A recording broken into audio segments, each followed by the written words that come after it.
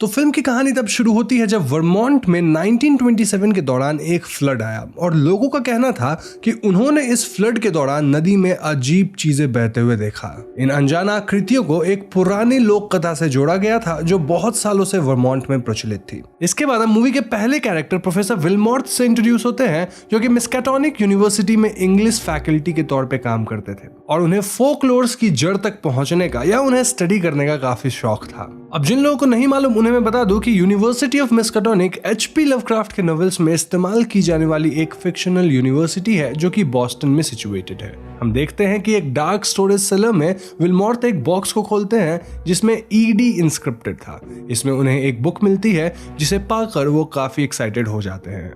अगली सीन में हम प्रोफेसर विलमॉर्थ को अपने ऑफिस में देखते हैं जहां उनसे मिलने उनके कलीग नेट आए हैं। इस पॉइंट पर हमें बुक का क्लोजअप दिखाया जाता है and it was Vermont tales of the old ones by Eli Davenport. इस बुक को देखकर नेट काफी हैरान हो जाते हैं क्योंकि उनका मानना था कि इस किताब की सारी कॉपीज खो चुकी है। इस पे विलमॉर्थ उन्हें बताते हैं कि ये इस बुक की कॉपी नहीं बल्कि डेवेनपोर्ट की एक्चुअल हैंड रिटन पीस है। जी हाँ, इसमें ना सिर्फ उन्हें वर्मोंट में होने वाले फोकलोर के बारे में डिटेल्स पता चलेगा बल्कि इसमें राइटर के ओरिजिनल नोट्स भी है जिसकी जानकारी किसी को नहीं। यहाँ हमें मालूम होता है कि वर्मोंट में अजीबोगरीब चीजें देखने के बाद न्यूज़पेपर और मीडिया इन फोकलोर को बहुत तवज्जो दे रही है। इनफैक्ट सब जगह यही डिस्कशन चल रहा था कि वर्मोंट में आखिर हो क्या रहा है। विलमॉर्थ बताते हैं कि वो आज शाम को एक रेडियो प्रोग्राम पर फेमस राइटर चार्ल्स फोर्ट के साथ डिबेट में हिस्सा लेने वाले हैं और इस डिबेट में टॉपिक वर्मोंट की strange sightings and their relation with the old folklore ही है जिसमें उन्हें ये बुक बहुत हेल्प करेगी। इसमें नेट बिल्कुल भी खुश नहीं होता और विलमॉर्थ को सजेस्ट करते हैं कि वो इन सब चीजों से दूर रहें। नेट ये भी बताते हैं कि फोर्ट एक बेस्ट सेलिंग ऑथर और डिबेटर है जिनसे उलझना विलमॉर्थ के लिए बेवकूफी ही होगा। इस पर विलमॉर्थ कहते हैं कि उन्हें पूरा यकीन है कि वर्मोंट के फोकलोर्स की जानकारी उनसे ज्यादा किसी को नहीं। वो बताते हैं कि इवन इस बुक के अनुसार डेवेनपोर्ट 1000 साल पहले से यही कहानियां सुनते आ रहे थे कि वर्मोंट के ऊंचे पहाड़ों में कोई अजीब रेस ऑफ क्रीचर्स रिसाइड करती है। अब यहाँ पे प्रोफेसर विलमॉर्थ को यह सब सुनी सुनाई अफवाह लग रही थी लेकिन प्रोफेसर नेट काफी सीरियस थे। वो दोनों मिलकर इस बुक को पढ़ने लगते हैं जहां तस्वीरें वगैरह बनी हुई थी टू शोकेस कि ये क्रीचर्स कैसे दिखते हैं। बुक के अनुसार कई लोग इन क्रीचर्स के साथ कोलैबोरेट भी करते हैं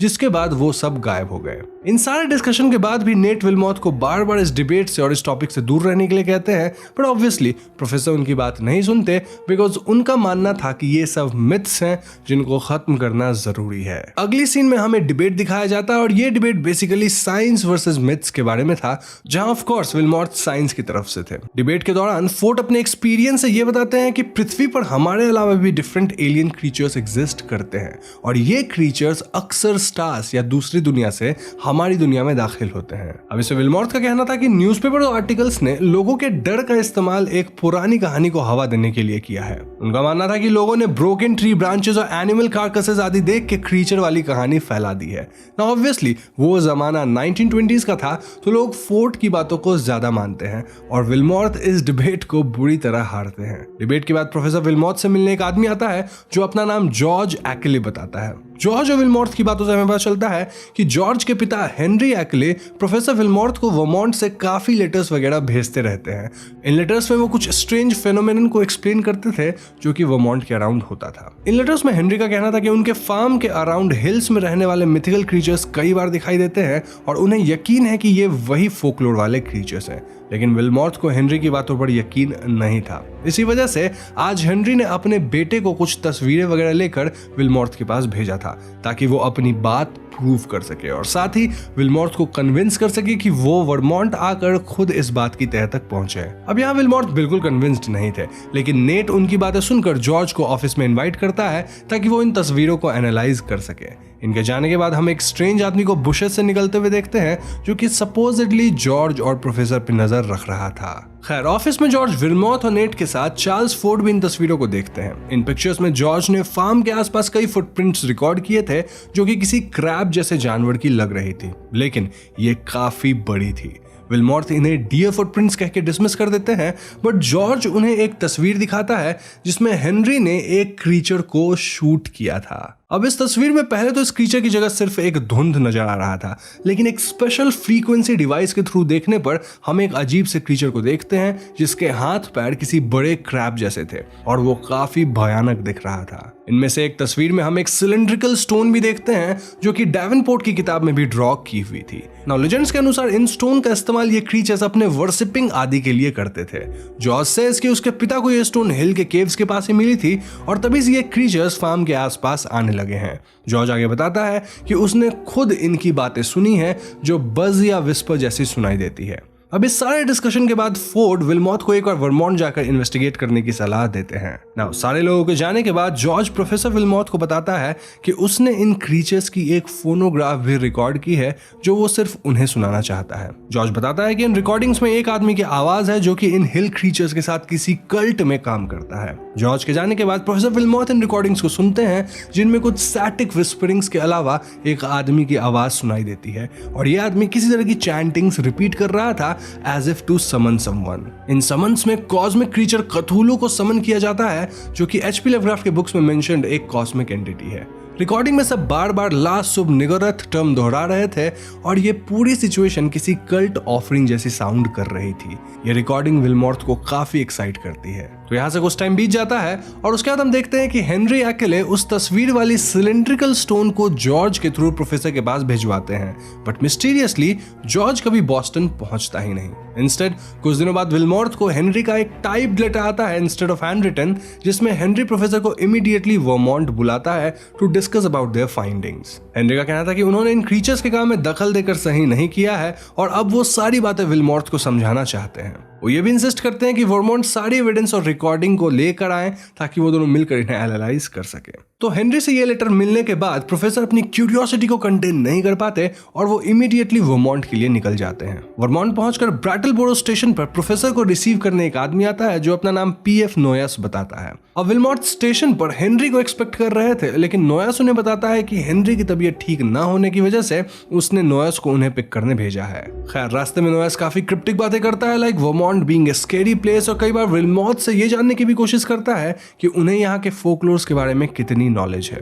नोयस ऑल्सो सेज कि यहाँ समय बाकी दुनिया से अलग चलता है एंड सून विल्मोथ इसके बारे में जान पाएगा। इसी दौरान विल्मोथ पॉइंट्स आउट कि उन्हें ऐसा लगता है कि उन्होंने किसी रेडियो या डिवाइस पर नोयस की आवाज सुन रखी है, जिस पर नोयस कहता है कि बचपन में उसने ड्रामा वगैरह में काम किया था जिसकी वजह से उसकी आवाज थोड़ी ड्रामेटिक है और काफी सिमिलर सी सुनाई देती है। खैर रास्ते में काफी बारिश होने लगती है जिसके बाद नोयस एक ब्रिज के पास गाड़ी रोक देता है। यहाँ हमें वही आदमी दिखाई देता है जो कि बॉस्टन में यूनिवर्सिटी के बाहर प्रोफेसर और जॉर्ज पे नजर रख रहा था। इस आदमी का नाम वॉल्टर था। वॉल्टर नोयस और प्रोफेसर को बताता है कि बारिश की वजह से ब्रिज टूट गई है और आगे का रास्ता उन्हें पैदल ही तय करना होगा। यह सुनकर विल्मोथ वहां से पैदल ही हेनरी के घर की तरफ निकल जाते हैं और रास्ते में विल्मोथ किसी विल मास्टरसन के घर पे पहुंचते हैं जो कि उससे आगे का रास्ता बता देता है। अब यहाँ हम नोटिस करते हैं कि विल इस बात पर काफी सरप्राइज था कि हेनरी एक्ली ने खुद प्रोफेसर को इन्वाइट किया है। आगे जाने से पहले विल प्रोफेसर को घर के अंदर ही रहने की सलाह देता है और यहाँ हम विल की बेटी हैना को भी देखते हैं जो कि अजीब नजरों से प्रोफेसर को ताके जा रही थी।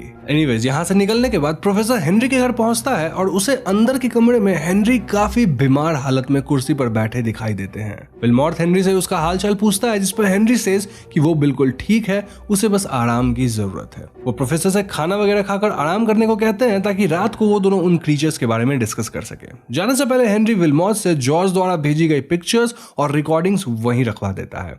अब रात को विल्मोथ हेनरी के पास वापस आता है और यहाँ हम नोटिस करते हैं कि वॉल्टर अभी भी प्रोफेसर पर नजर रख रहा है। खैर हेनरी विल्मोथ से कहता है कि उसे कभी भी ये एविडेंस उसके पास नहीं भेजना चाहिए था क्योंकि उन लोगों को इन क्रीचर से डरने की जरूरत नहीं है।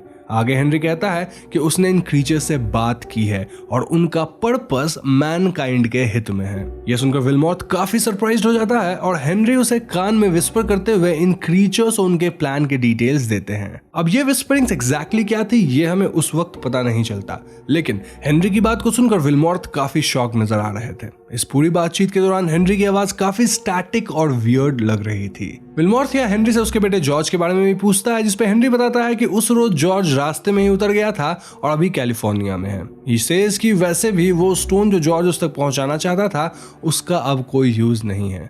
पूरी डिस्कशन के बाद हेनरी विल्मोथ को बताता है कि इंसान अपने इंसानी शेप और फॉर्म में टाइम और स्पेस ट्रैवल नहीं कर सकता है। इसीलिए इन क्रीचर्स ने अपने नॉलेज और एडवांसमेंट के थ्रू एक सर्जिकल प्रोसेस निकाला है जिसमें आपका शरीर आपके दिमाग से अलग कर दिया जाता है। जी हाँ, इसके बाद आपके दिमाग को एक सिलिंड्रिकल चेंबर में कुछ डिवाइसेस के साथ कनेक्ट कर दिया जाता है ताकि आप किसी भी दुनिया में प्रवेश कर सको। इस दौरान ये क्रीचर्स शरीर को किसी सेफ सेल में प्रिजर्व कर देते हैं और जब चाहे तब इंसान अपना शरीर वापस भी पा सकता है। हेनरी का कहना था कि दिमाग और सेंसरी डिवाइसेस के थ्रू हम इन क्रीचर्स की मदद से भी किसी भी प्लैनेट या दूसरे टाइम में ट्रैवल कर सकते हैं और तो और सब कुछ फील भी कर सकते हैं। अब ऑब्वियसली विल्मोर्थ को ये बातें बकवास लगती है, लेकिन हेनरी उससे सामने की तरफ एक सेटअप से चादर हटाने को कहता है। जब हेनरी ऐसा करता है तब उसे एक काइंड ऑफ लैब सेटअप दिखता है जहां कुछ शेल्फ्स पर सिलिंड्रिकल चेंबर्स रखे हुए थे जिन पर अलग अलग नाम लिखा था। हेनरी बताता है कि इन चेंबर्स में 3 ह्यूमंस को रखा गया है और बाकी केव्स के अलग अलग क्रीचर्स हैं। उनमें से एक चेंबर को हेनरी के कहने पर विल्मोर्थ शेल्फ से उतार कर टेबल पर रखे डिवाइस से कनेक्ट कर देता है। इस चेंबर में सचमुच ही एक इंसानी दिमाग कनेक्टेड था और विल्मोर्थ के पावर ऑन करते ही हम एक आदमी के सर को उस सेंसरी अपैरेटस में विजिबल होता देखते हैं। टू हिज अटर सरप्राइज ये आदमी विल्मोर्थ को ग्रीट करता है। जी हाँ दोस्तों, ये आदमी बताता है कि इस सेंसरी अपैरेटस और डिवाइसेस की मदद से वो सब कुछ देख सकता है और फील कर सकता है। वो आगे बताता है कि उसका बाकी का शरीर यहाँ पास ही के एक स्टोरेज फैसिलिटी में सेफली रखा हुआ है। He says कि वो इन क्रीचर्स से हिमालयाज में मिला था और उनकी काफी मदद भी की थी, जिसके बदले में ये क्रीचर्स उससे यूनिवर्स और टाइम के बियॉन्ड कई रहस्य बताते हैं। यहाँ पे विल्मोर्थ को मालूम होता है कि हेनरी इन्हीं के साथ ट्रैवल करने निकलने वाला है और क्रीचर्स चाहते हैं कि विल्मोर्थ भी उनके साथ है। ये सब सुनकर प्रोफेसर पूरी तरह सरप्राइज्ड और अनकंफर्टेबल थे, बट ये आदमी उन्हें इंश्योर करता है कि वो डिसाइड करने के लिए एनफ टाइम ले सकते हैं। इसके बाद विल्मोर्थ डिवाइसेस डिस्कनेक्ट कर देता है जिससे आदमी गायब हो जाता है। नाउ हेनरी बताते हैं कि उन्होंने भी इन लोगों के साथ ट्रैवल करने का निश्चय कर लिया है और जल्द ही वो इस सर्जिकल प्रोसेस का हिस्सा बनेंगे।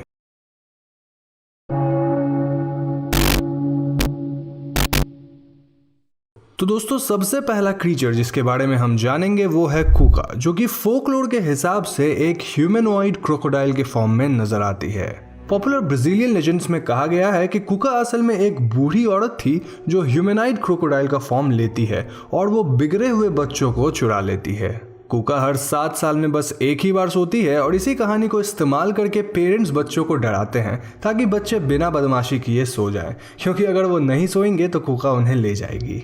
कुका का मिथ एक गैलिसियन कहानी से इंस्पायर्ड है जिसमें कोका या कुकाए का जिक्र है जो कि एक मेल मॉन्स्ट्रस एंटिटी है, पर ब्राजील में यह कहानी इवॉल्व होकर एक फीमेल एंटिटी के बारे में बातें करता है। पोर्तुगीज में कुका शब्द का अर्थ है the crown of the head या फिर द हाईएस्ट प्लेस, और तुपी में जो कि एक ब्राजीलियन इंडिजीनियस लैंग्वेज है उसमें कुका का मतलब है स्वालो करना। एक पर्टिकुलरली दिलचस्प राइम जो कुका के बारे में है और उसके लाइंस कुछ इस तरह हैं: sleep child sleep now else Cuca comes and will eat you. कुछ कहानियों में कुका को अगली हेयर और एक सैक के साथ पोर्ट्रे किया जाता है और इसे एक पावरफुल विच बताया जाता है जो कि बच्चों को किडनैप करके खा जाती है। अब अगला क्रीचर है सकी परेरे, जिसे एक रेड कैप के साथ पोर्ट्रे किया जाता है और ये एक प्रैंकस्टर होता है। विजुअली इसे एक नॉटी 1-लेगेड बाइरेसियल लड़के के तौर पर रिप्रेजेंट किया जाता है जिसके पास एक मैजिकल रेड कैप या हैट होता है जिसमें उसके पावर्स भी होते हैं। अब ये कैप या हैट उस इंसान को एक विश दिलाने में मदद करता है जो कि सकी के हैट को पकड़ सके। कहानी के हिसाब से कभी सकी को सिर्फ बदमाश बताया जाता था और कभी एकदम इविल। सकी अपने मर्जी के हिसाब से अचानक से अपीयर और डिसअपीयर हो सकता है और ऐसा वो एक डस्ट डेविल में तब्दील होकर करता है।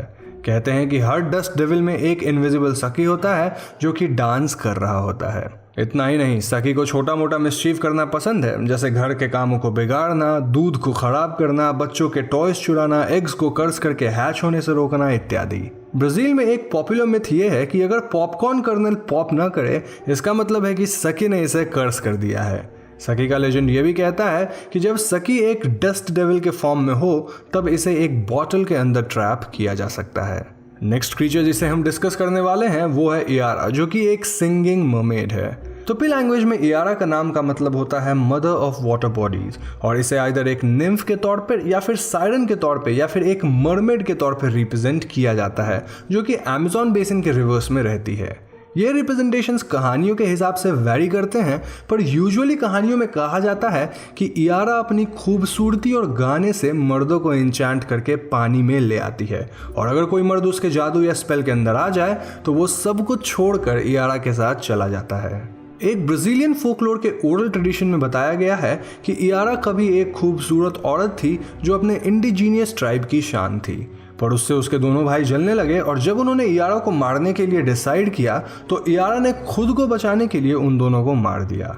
इससे इयारा के पिता बहुत नाराज हुए और वो इयारा को रिवर में डुबा देते हैं, जिसके बाद इयारा एक मरमेड बन जाती है। नाउ इस शो में दिखाया गया फोर्थ मिथिकल क्रीचर है तपियर युवारा, जिसे कॉमनली एक फाउल स्मेलिंग मॉन्स्टर बताया गया है। कहानियों में ये क्रीचर पिग लाइक या फिर एज ए बोर बताया गया है, जिसका साइज एक गाय यानी कि काऊ जैसा है। इसके कैरेक्टर्स जैगुआर से भी मिलते हैं और ये स्लो मूविंग वाटर या फिर ब्राजील और वेनेजुएला के मैंग्रोव स्वाम्प्स में अपने प्रे को हंट करता है। रॉडेंट से लेकर ये क्रीचर फिशरमैन तक को खा जाता है और इससे आने वाली बदबू इतनी तेज होती है कि इससे लोग बेहोश हो सकते हैं या फिर अपनी जान भी गंवा सकते हैं। कुछ कहानियों में कहा गया है कि इसके बदबू से लोगों की रूह उनके शरीर से बाहर निकलकर भाग जाती है। अब अगला क्रीचर है खुरुपिरा, जो कि असल में लेजेंड्स के हिसाब से फॉरेस्ट्स का गार्जियन है। खुरुपिरा को एक शॉर्ट रेड हेयर्ड आदमी के तौर पर डिपिक्ट किया जाता है जिसके पैर उल्टे होते हैं। तुपी लैंग्वेज में इस क्रीचर के नाम का मतलब है कवर्ड इन ब्लिस्टर्स। कुछ कहानियों के हिसाब से खुरुपिरा एक डीमन है जो फॉरेस्ट्स में रहता है और इसके पास इल्यूजन्स क्रिएट करने के पावर्स होते हैं। इतना ही नहीं, खुरुपिरा अपनी हाई पिच्ड विसल से अपने विक्टिम्स को डरा सकता है और उनके मेंटल स्टेबिलिटी के साथ भी टैम्पर कर सकता है। यह क्रीचर पोचर्स और हंटर्स को अपना शिकार बनाता है और इसीलिए उसे फॉरेस्ट्स का गार्डियन बताया जाता है।